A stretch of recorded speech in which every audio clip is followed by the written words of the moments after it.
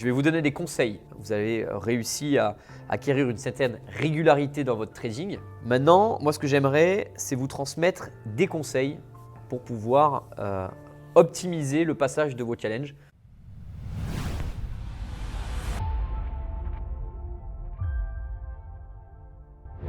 Le premier conseil qui est très important, qui est un des plus importants, qui est celui d'avoir une stratégie simple. Quand je dis stratégie simple, c'est une stratégie qui ne nécessite pas de regarder 19 000 indicateurs, de regarder au millimètre près que la bougie a touché ça. Pas ça. Stratégie simple, c'est une stratégie simple. N'oubliez pas que le trading, c'est binaire, hein. Soit ça monte, soit ça descend. Et qu'au départ, vous avez une chance sur deux. Et donc l'idée, c'est d'avoir une stratégie qui te permet juste d'avoir un peu plus qu'une chance sur deux. Et après, tu vas jouer sur le levier pour pouvoir finalement gagner le pourcentage de performance que tu dois faire pour pouvoir réaliser ton challenge. Il n'est pas possible aujourd'hui, pas concevable de démarrer un challenge alors qu'on n'a pas testé la stratégie et qu'on n'a pas finalement fait la performance qui est exigée par la propre firme. Si on prend le cas de FTMO, il vous oblige à faire 10% en étape 1 et 5% en étape 2. Ça sous-entend finalement de faire 15% de performance. Si vous n'avez jamais fait ces 15% en démonstration, il ne faut pas commencer. Voilà. Et j'ai envie de dire, même faites-le 2 fois. Mettez-vous en mode condition challenge. Et derrière, une fois que vous avez réalisé en mode fictif votre mode challenge, là, vous pouvez démarrer le challenge. Ce que vous pouvez faire également, c'est s'entraîner sur des plateformes de propre firme. Il y a par exemple TopStep qui propose 14 jours d'entraînement. Tu peux ouvrir un compte sur TopStep, compte trial, compte évaluation, et démarrer comme si tu l'étais. Donc le conseil numéro 1, c'est de s'entraîner à appliquer sa stratégie et de faire finalement en mode fictif le challenge pour lequel vous prétendez. Le conseil numéro 2, ce sera donc de bien calculer votre money management au départ. C'est-à-dire que lorsque vous commencez votre challenge propre firme, il faut impérativement que vous ayez mis déjà en place votre perte maximale par position et votre risque journalier. Et ce que je recommande, c'est de ne jamais perdre plus de 2 stop loss, de ne jamais faire plus de 2 stop loss. Ça, c'est vraiment important pour le mental et très souvent aussi parce que lorsqu'on perd 2 trades d'affilée, on a l'impression que c'est nous ou qu'on a fauté ou qu'on n'est pas bon.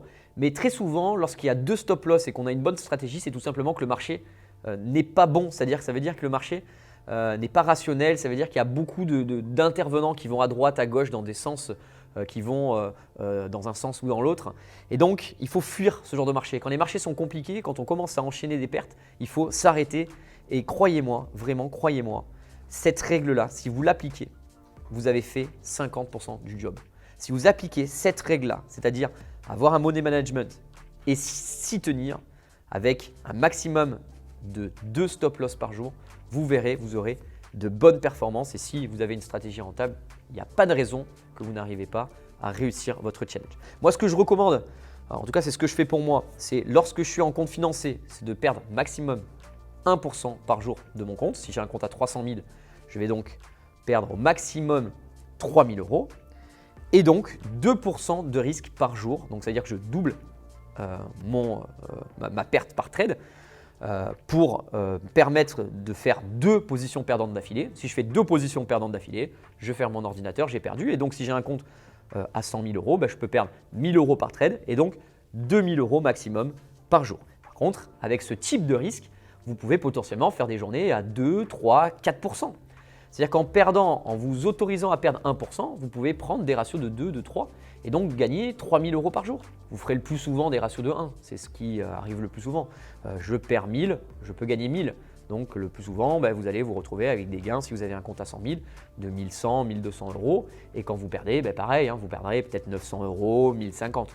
Mais le but, c'est ça, c'est surtout de maîtriser votre perte afin de ne pas vous mettre en danger. Ça, c'est ce qui vous protégera. Donc vraiment, retenez bien ça. C'est vraiment la règle la plus importante de bien gérer son money management. Et d'ailleurs, si vous posez la question à n'importe qui a cramé son compte, vous lui poserez une seule question. Est-ce que vous avez respecté votre règle de money management de départ? Et là, on ne parle pas de la règle de money management que vous donnent les propres firmes. La règle de money management que vous donnent les propres firmes, elle est beaucoup trop laxiste. Elle vous autorise à perdre 5% par exemple sur FTMO par jour. C'est beaucoup trop. 5% par jour, c'est beaucoup trop. Jamais un professionnel va s'accorder à perdre autant dans une journée. 5% par jour, c'est énorme. Il ne faut pas. Voilà. Par contre, ce qui va être important, c'est de caler votre money management par rapport à la règle de votre propre firme. Sur TopStep, vous pouvez perdre au maximum 2% par jour. C'est très faible, 2% par jour. À l'inverse, FTMO vous autorise 5% par jour. Et là, c'est beaucoup, 5% par jour. Donc, ce que je vous dis, c'est d'adopter un money management différent si vous êtes financé ou en challenge. Si vous êtes en challenge, vous pouvez doubler votre money management. Donc, tout ça pour vous dire quoi? Pour vous dire que le money management que je vous présente, il est laxiste. Et laxiste, il vous permet de pouvoir enchaîner des pertes. Et donc, c'est dans le mental après derrière. Il faut juste garder une idée derrière la tête, c'est de toujours respecter cette règle de 2 stop loss par jour base. Je vais passer maintenant au conseil numéro 3. Le conseil numéro 3, c'est de se spécialiser sur un actif. En fait, il faut que vous ayez en tête que dans les salles de marché, toutes les salles de marché professionnelles, on va avoir plusieurs spécialistes de marché. On va avoir le spécialiste du marché obligataire, on va avoir le spécialiste du marché des actions, on va avoir le spécialiste du marché émergent, marché américain. En fait, chacun est bon dans son domaine. Ben vous, c'est un peu pareil. Il ne faut pas trader un milliard d'actifs en même temps. Ayez l'habitude de trader toujours le même actif. C'est mieux. Si vous aimez bien trader le DAX, tradez le DAX. Si vous aimez bien trader SP500, tradez SP500. N'allez pas vous aventurer à faire un peu de l'or, un peu de l'euro-dollar. Spécialisez-vous dans un actif et tradez-le à fond. Vous verrez qu'à force de le trader, vous allez le comprendre. Vous allez voir comment il réagit. Vous allez dire, ah ben là souvent il fait ça, il fait ça. En fait, c'est des choses que vous allez acquérir avec de l'expérience. Moi personnellement, je trade uniquement le DAX. En tout cas, sur la partie day trading, je trade uniquement le DAX. Après, sur la partie scalping, je trade le DAX et le SP500, surtout le SP500 d'ailleurs sur la partie scalping. Mais sur la partie day trading, je préfère utiliser qu'un seul actif et je trade uniquement sur le DAX. Le conseil numéro 4, il est important, on va parler mental. Et c'est quelque chose qu'il faut que vous ayez en tête. Il faut savoir perdre et je vais même aller plus loin, il faut aimer perdre. En fait, si vous n'arrivez pas à aimer perdre, et je le dis très souvent ça, c'est qu'il vous manque quelque chose encore. Il faut vous dire que dans le trading, la perte fait partie du métier. Et quand vous n'avez pas perdu depuis longtemps, en fait, il faut presque attendre la perte. Se dire, ça y est, elle va pas tarder à arriver. Ça fait trop longtemps que j'ai gagné. C'est pas normal. Je dois perdre. Et donc, quand je perds, évidemment, je ne suis pas surpris. C'est comme ça. Il faut vraiment ne pas avoir de pression sur ça. Il faut se dire, voilà, moi, je suis derrière mon écran, derrière mon ordinateur. Je fais mon taf, quoi. Je fais mon taf. Mon taf, j'ai une stratégie. Elle est là, voilà. Elle est là. Il faut faire ça, ça, ça, ça. Bon, ben voilà, c'est tout. Je fais. Et puis voilà. Et puis le score, on le regardera plus tard. Et ça, c'est vraiment important. Et gardez en tête aussi que les meilleurs traders du monde perdent. Tout le monde perd. En 2022, j'ai pris un petit exemple des traders professionnels ou des gérants de fonds sur l'année 2022. Les marchés sont pas bien tenus, les marchés. Ils n'ont pas été bons les marchés en 2022. Et donc, la plupart des gérants de fonds, qu'est-ce qu'ils ont fait? Ils ont fait des performances de moins 20% en un an. D'accord? Et ils ont toujours eu leur salaire. Ils ont été payés 150 000, 200 000 euros par an. Ils ont eu leur salaire pour faire leur job parce qu'ils le font. Et puis, c'est qu'une année parmi tant d'autres. C'est pas grave. C'est pas parce qu'ils ont perdu une semaine, et ça peut vous arriver de perdre une semaine, quelques jours. Vous êtes là, oh mince, je comprends pas. J'ai perdu, je me sens mal, je suis pas bien, je suis pas fait pour être trader. Je tombe au fond du trou. Alors qu'en fait, le trading, ça fait partie du métier de perdre.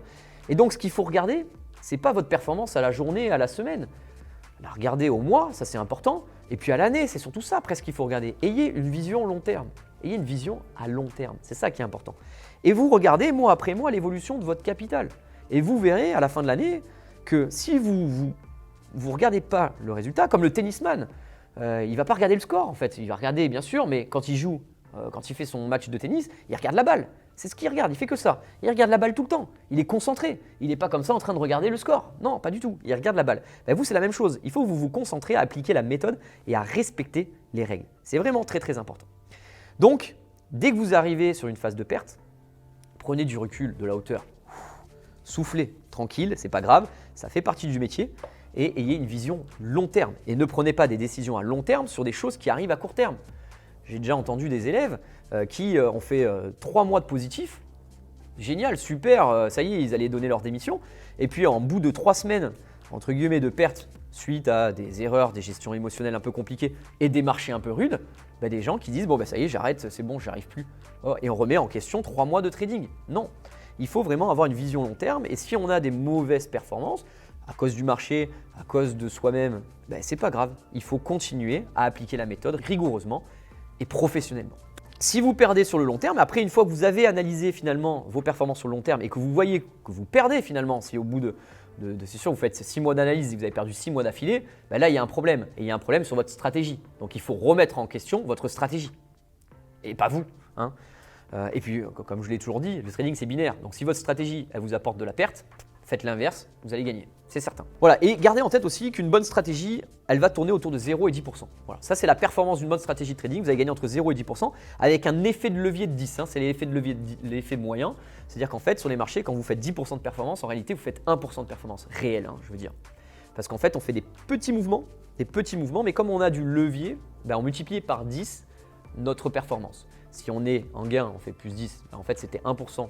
On rapporte à 10, ça fait 10%. À l'inverse, si vous faites moins 10 sur votre portefeuille, mais en réalité, si vous avez un effet de levier de 10, vous avez fait moins 1 de performance réelle. Le conseil numéro 5, c'est d'encaisser vos trades. Ça, c'est très très important. Il faut que vous ayez une posture de gagnant. Et pour avoir une posture de gagnant, bah, il faut encaisser. Ça, c'est important. Encaisser vos trades. Dès que vous voyez que vous êtes en gros en fin de séance, que vous n'êtes pas tout à fait à l'objectif, mais vous voyez que ça hésite, encaissez vos gains. Encaissez. Si vous n'arrivez pas à tout encaisser, encaissez partiellement. N'ayez pas peur. C'est vraiment important parce qu'en fait, quand vous allez commencer à encaisser régulièrement vos gains, bah, vous allez avoir finalement un mood positif. Et dans le trading, pour réussir, il faut avoir un mindset positif. Et n'oubliez pas une chose, c'est que si vous êtes en gain, vous êtes à plus 1000 admettons, et que le marché se retourne, que vous n'avez pas encaissé alors que vous avez le doigt sur la souris et que vous avez loupé votre encaissement, et que derrière, vous arrivez sur votre stop loss à moins 1000, vous passez de plus 1000 à moins 1000, mentalement, vous êtes détruit. Vous êtes détruit. C'est pour ça que je vous dis, il faut apprendre à encaisser. Et ça, c'est vraiment important à encaisser. Encaisser, encaisser, encaisser. Et aussi, quelque chose d'important, c'est de privilégier des stratégies avec des ratios gain-risque de 1 pour 1. N'ayez pas trop de stratégies avec des ratios de 3 ou de 4 qui passent jamais. Parce qu'en fait, les ratios de 3 ou 4, en fait, c'est super quand ça rapporte beaucoup. Mais si vous gagnez que 20% du temps, ben, mentalement, vous allez être affaibli. Et c'est dur pour un trader particulier de perdre. Parce qu'en fait, au bout d'un moment, après, on doute, on en a marre, et puis on a envie d'arrêter. Donc c'est pour ça que je vous conseille plutôt de partir sur des stratégies avec des ratios gain-risque plus serrés, donc 1 pour 1, mais avoir des taux de succès de 60-70%. Vous verrez, vous aurez un mental qui vous permettra d'être dans un schéma de réussite. Et quand vous êtes dans un schéma de réussite, en général, tout sourit. Le conseil numéro 6, c'est de dépenser uniquement de l'argent dont vous n'avez pas besoin. Il y a encore trop de traders particuliers qui se mettent une pression en se disant ouais, moi ça me coûte tant et puis moi dans 3 mois il faut absolument que je gagne parce que j'ai des crédits qui vont arriver, j'ai un déménagement à financer, une voiture à acheter, j'ai plus d'argent. Et donc forcément quand on se met des attentes comme ça, quand on se met des attentes dans le trading, on ne peut pas y arriver, c'est pas possible. Vraiment, il faut prendre de la hauteur sur tout ça et vous dire que voilà, si vous êtes encore en challenge ou encore en formation, vous êtes à l'école.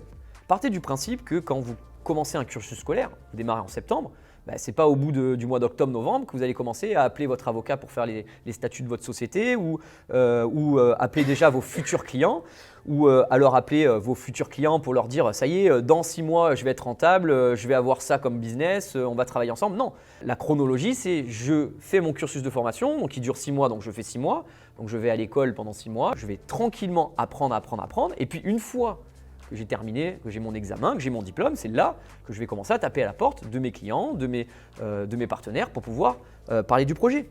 Mais sinon, je ne vais pas me dépêcher à vouloir trader rapidement, gagner de l'argent. Non, c'est un investissement le trading. Vous investissez dans vous-même, vous êtes votre propre employeur. Donc il faut vraiment que vous preniez le temps de votre montée en compétence. Il ne faut vraiment pas aller trop vite. Si vous allez trop vite, vous n'avez aucune chance, c'est certain.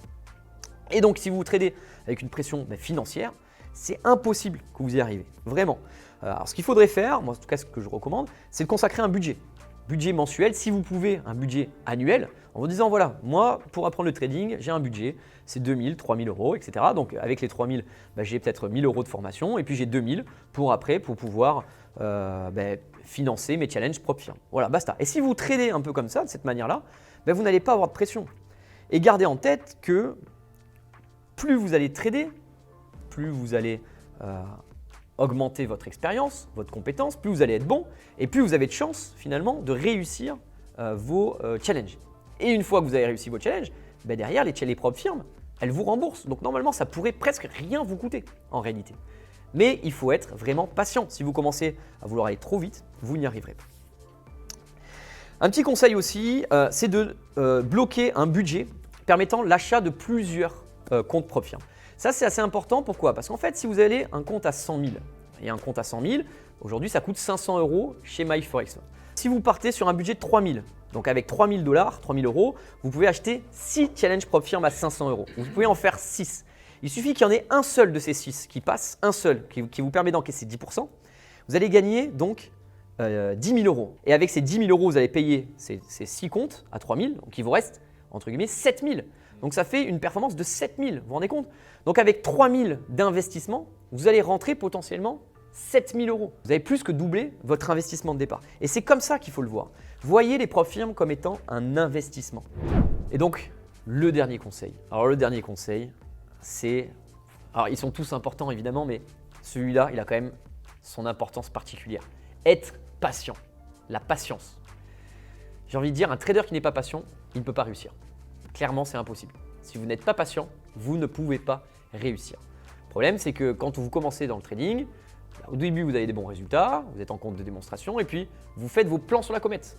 Vous pensez déjà à la nouvelle voiture que vous allez acheter et donc forcément, vous voulez aller vite et vous faites des erreurs et puis après derrière, vous vous brûlez et vous arrêtez. Et c'est comme ça que ça marche.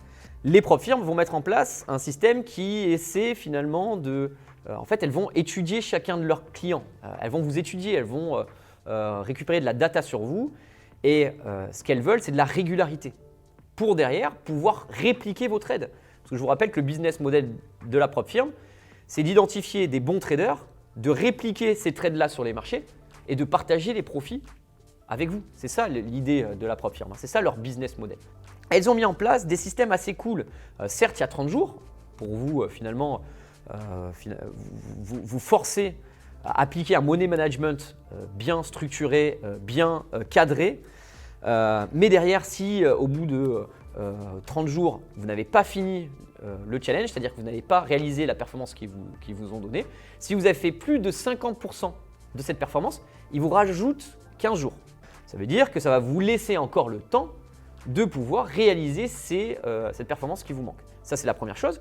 Et si vous êtes créditeur et que finalement, vous n'arriverez pas à atteindre cet objectif, ils vous relancent le test. Donc, on est patient, on a le temps. Il faut se dire aussi qu'une fois que vous êtes financé, vous êtes un trader qui va gagner de l'argent.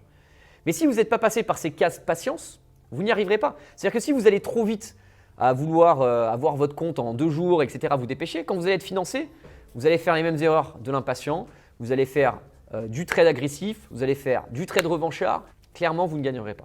Donc, soyez patient, dites-vous que c'est un plus. Le trading va vous apporter un plus. Au début, ça va être un petit plus. Après, ça va être un gros plus. Après, ça va être une nouvelle vie. Mais il ne faut pas y penser. Il faut juste faire le job. Faites le job. Apprenez le trading tranquille.